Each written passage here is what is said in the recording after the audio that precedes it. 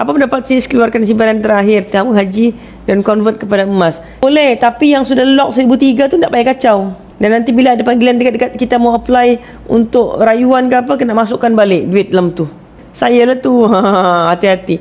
Jadi kalau kita tahu sedar diri, kita adalah jenis orang yang selalu buat-buat emergency, selalu buat-buat cemas, better simpan dalam emas. Sebab kita punya kecemasan bukan selalu tuan-puan. Mungkin dalam setahun 2 tahun tu sekali, 2 kali. Siapa setuju dengan saya? Komen betul. Tapi bocor duit lagi banyak daripada emergency. Sebab tu penting tukar kepada emas. Kalau lepas tukar kepada emas tiba-tiba perlukan duit, tak apalah, pajak saja.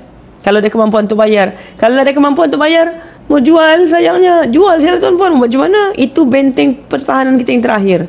Sebab tu saya sebut, emas ni tuan-puan jangan lagi letak dalam otak untuk pelaburan. Okay, apa masalah dia? Kalau kita letak dan kita beli emas ni untuk pelaburan. Cuba komen sikit.